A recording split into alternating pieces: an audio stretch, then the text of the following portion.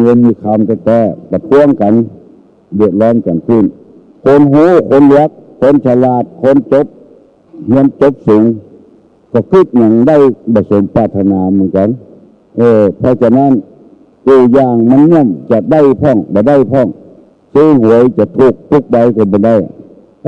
งวดออกแต่ว่าวันซื้อนี่ก็เดือดร้อนรับที่กองสลากประกาศว่ามันมีผู้ถูกปรากฏว่ามีคนถูกเอาไปคนที่เย็ดโพยหวยนั้นบ่เอาเงินบ่เอาต้นขั้วไปส่งให้เพื่อนหมอที่ถูกก็เลยบ่ได้สักกรรมวุ่นวายกันอันเนี้ยขนาดถูกแล้วแต่ยังบ่ได้เพื่อมันบ่สมปรารถนาคนเพราะฉะนั้นเราต้องทำใจละถ้าคนใดทุกคนคิดอะไรสมปรารถนาในโลกนี้จะไม่มีคนจนอันเนี้ยเป็นสุภาษิตเป็นสอนให้เราได้ท่องบ่ได้ท่องก็มียิ่งหวยเถื่อนซ้ำหายเพื่อถูกแล้วบ่ได้สักกรรมฟ้องก็บ่ได้ผิดเป็นคนเจ็บผิดคนเป็นซื้ออันเนี้ยมันบ่สมปรารถนาเมื่อบ่สมปรารถนาเขาก็เล่าให้กันทางขึ้นบนดอยบ่จะมีทางเดียวต้องเลี่ยงกันขึ้นเนี่ยตุลุงนำมาเสนอให้พี่น้องทั้งหลายฟังเย็บเป็นเย็นอุ่นอย่างไปหงยาเป็นนึกว่ามันจะหายกูคนป่วยพิกมาก็มีหายก็มีมันบ่จะสมปรารถนากูอย่างแล้วพระพุทธเจ้าเป็นสอนว่าทุกอย่าง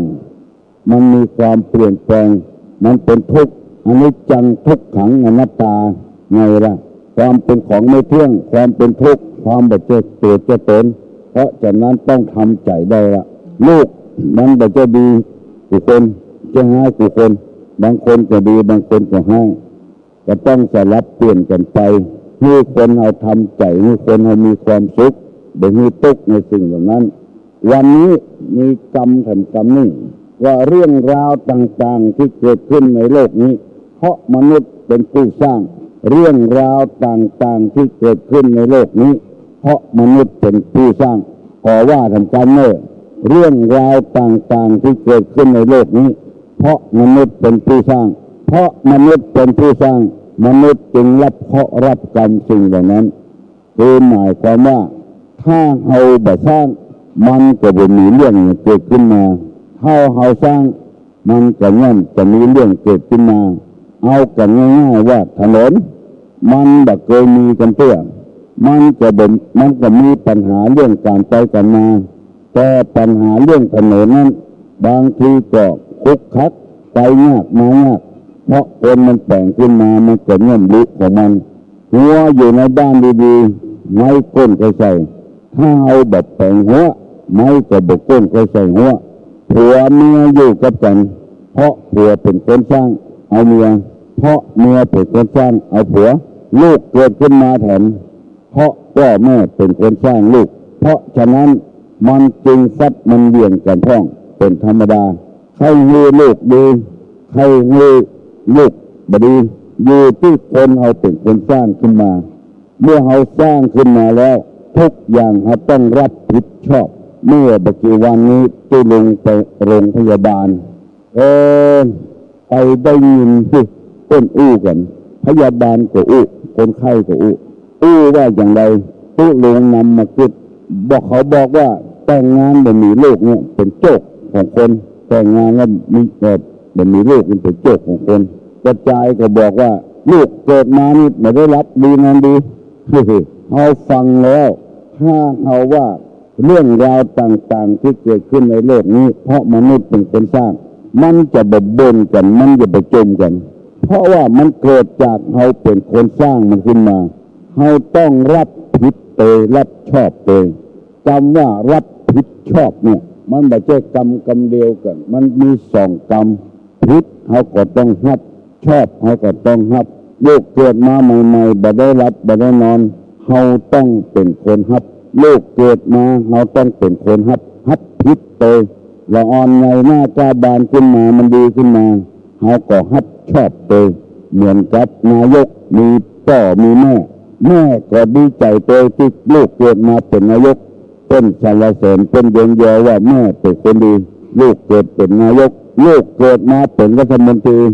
พ่อแม่ก็ดีใจเตยอันนี้เขาว่ารับชอบเมื่อลูกบดี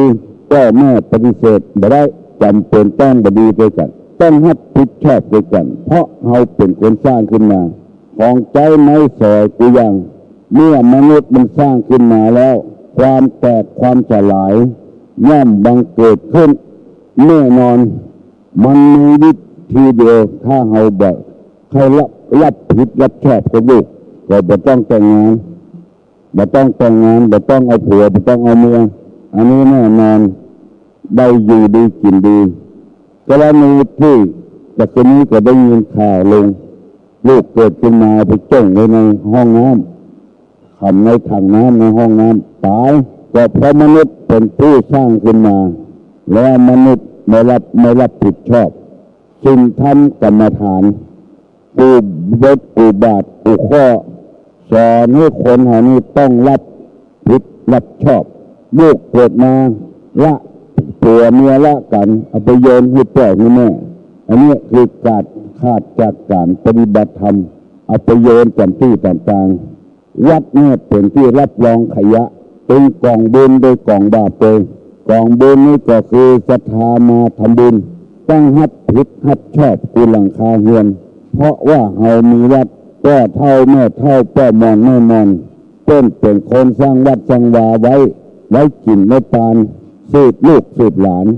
บางบ้านใครมีวัดมันมีที่เจ้าอยู่เฮาต้องหัดชอบด้วยกันวันดีคืนดีเอาหมามาปล่อยเอาแมวมาปล่อยเป็นคนที่แบบรับผิดรับแต่ชอบคนเดียวตัวใดมันงามเอาไว้เลี้ยงตัวใดมันบดีบดักเอาไว้ปล่อยวัดเพื่อเขาถามว่าโหตัวนี้มาเลี้ยงไม่ใช่นะที่อันนี้คือแบบรับผิดแบบใจนาอย่างหมูปฏิเสธปฏิติมีหลายจำพวกเวลาดีด้วยกันเวลาหายปฏิเสธกันวุ่นวายในพุทธศาสนานี่สอนให้คนรับผิดรับชอบเพราะว่าเขาเป็นคนสร้างขึ้นมาอย่างมีปัญหาเกี่ยวกับวิทยุนี่พอสร้างขึ้นมาปัญหามันก็เกิดขึ้นละทุกอย่างปัญหาทุกอย่างเกิดขึ้นเครื่องเสียก็คนคุมไปอยู่ไปก็สารพัดอย่างไปลบเกินขึ้นของเพื่อนกันน้ำมือของมนุษย์ทั้งนั้นมันเกิดขึ้นมาแล้วต้องรับผิดรับชอบอย่างตุลงมานั่งเยอะถ้าแบบนี้มนุษย์ได้สร้างขึ้นมาตุลงก็จะได้มานั่งอู้กับพี่น้องสิบชาวบ้านถ้ามันมีขึ้นมามนุษย์เป็นคนสร้างขึ้นมาองค์เรียนกาวัดกาโบสถ์วิหารศาลากาเป็นน้ำมือของคนทั้งนั้นทุกสิ่งทุกอย่างในโลกนี้มนุษย์เป็นคนสร้างขึ้นมาบัดเจ้าเทวบุตรเทวดาที่ไหนเป็นคนสร้างขึ้นมาเรื่องราวต่างๆนะเรื่องราวต่างๆเป็นผู้สร้างเรื่องสร้างราวขึ้นมาถ้าไปสร้างขึ้นมามันก็มีปัญหาอันนี้เป็นสุภาษิตเป็นกล่าวไว้เรื่องราวต่างๆที่เกิดขึ้นในโลกนี้เพราะมนุษย์เป็นผู้สร้างเป็นผู้ทำขึ้นมาเรื่องราวต่างๆถ้าอยู่ตามธรรมชาติของมันก็บ่มีเรื่องมีราวอย่างสักอย่างบ่มีเรื่องอย่างเกิดขึ้นมาถนนหนทางรถลาอย่างนี้มนุษย์เป็นผู้สร้างทั้งนั้นคนเขาเป็นคนสร้างทั้งนั้นสิ่งสารสัตว์มันก็สร้างกระหางของมันสมมติว่าอย่างโลกมันก็สร้างหางไข่แต่นะอย่างอื่นมันไม่ได้สร้างขึ้นมาแต่คนมันมีสร้างขึ้นมาไฟฟ้าการน้ำประปานี่ก็ต้องรับผิดรับชอบในการกู้คนอันนี้เป็นสุภาษิตที่ตุลงนำมาเสนอวันละอย่างวันนี้จะเอาธรรมะเกี่ยวกับที่ว่าด้วยการรักการใช้จ่ายทรัพย์สมบัติที่ถูกต้องเงินทองที่ได้มาเนี่ยว่าใครมันฝืดเคืองว่าใครมันเดือดร้อนต้องจ่ายตามนี้ตุลงจะเล่าให้ฟัง1เลี้ยงตน2เลี้ยงมารดาบิดา3เลี้ยงบุตรภริยา4เลี้ยงบริวาร5เลี้ยงมิตรสหายให้เป็นสุขอันนี้ทรัพย์สมบัติที่ได้มานะถ้าจ่ายตามนี้แล้วบ่ผิดสักอย่างถูกต้องเลยเลี้ยงตัวเองเลี้ยงพ่อเลี้ยงแม่เลี้ยงลูกเลี้ยงเมียเลี้ยงลูกเลี้ยงผัวเลี้ยงบริวารและเลี้ยงมิตรสหายอันนี้จ่ายที่ถูกต้อง2ใช้ป้องกันภัยธรรมชาติและอันตรายจากบุคคลต่างๆอันนี้จ่ายให้ถูกต้อง3ใช้ทำพี5คือยาติพี อติพีบุพเพเปตพีราชพีเทวตพีเทวตาพีอันนี้คือหมายความว่าพลีนี่คืออุทิศญาติพีให้พี่ให้น้องช่วยเหลือพี่น้องวงศาคณญาติบุพเพเปตพีคือทำบุญไปให้พ่อให้แม่อุบาอาจารย์ราชพีคือว่าเสียภาษีอากรให้แก่บ้านแก่เมืองราชพีเทวตาพีอุทิศให้เทวบุตรเทวดาพระอินทร์พระพรหมพญายมมาลาคุณงามมาสวดแม่พระธรณีเจ้าที่32ตนจำบุญตนจำบาปตนจำนั้นอยากมาตันโมตันตุจุมาปิญญปัฏฐานุโมทนาอันนี้จ่ายที่ถูกต้องแล้วก็ข้อที่4ใช้บำเพ็ญทักษิณาทานในสมณพราหมณ์ผู้มีศีลบริสุทธิ์คือถวายให้แก่สมณชีพราหมณ์หมายถึงเจ้าพระเนรผู้บริสุทธิ์ผู้มีศีลบริสุทธิ์ตามกรรมอันนี้ถูกต้องการใช้จ่ายอาหารจ่ายการใช้จ่ายทรัพย์สมบัติถ้าเหลือไปกว่านั้นมันผิดไปแล้วเช่นเอาไปเล่นการพนันเอาไปดื่มสุรายาเมามันนี่จ่ายที่ผิดเอาไปลงทุนค้ายาพิษค้าของที่ทำลายระเบิดการลูกปืนการยาพิษต่างๆยาบ้าต่างๆนี่จ่ายผิดคนใดมีเงินมีทองมีทรัพย์สมบัติถ้าจ่ายอย่าง4อย่างนี้จะบรรทุกจะบรรจนจะบรรเดือดร้อนวุ่นวายคือแบ่งให้มันเหมาะเป็นสัดเป็นส่วนไม่ใช่ว่าทุ่มเทให้หมดตนเองนี่ก็จำเป็นต้องเลี้ยงต้องพอต้องกอยเครื่องประดับประดาผ้านุ่งผ้าใบอันนี้จำเป็นเพราะตนเองทำพ่อแม่เป็นผู้เลี้ยงมาคือกำเนิดเอามายังเด็กพอเลี้ยงเอาแถมสมัยนี้ทรงห้ามทรงเฮียนแถมการที่ได้ทำงานดีได้มีเงินเดือนบัดเดี๋ยวนี้หาได้ยากคนที่คิดถึงพ่อถึงแม่เอาตั้งหน้าเป็นไปพอมีเงินมาหน่อยเอา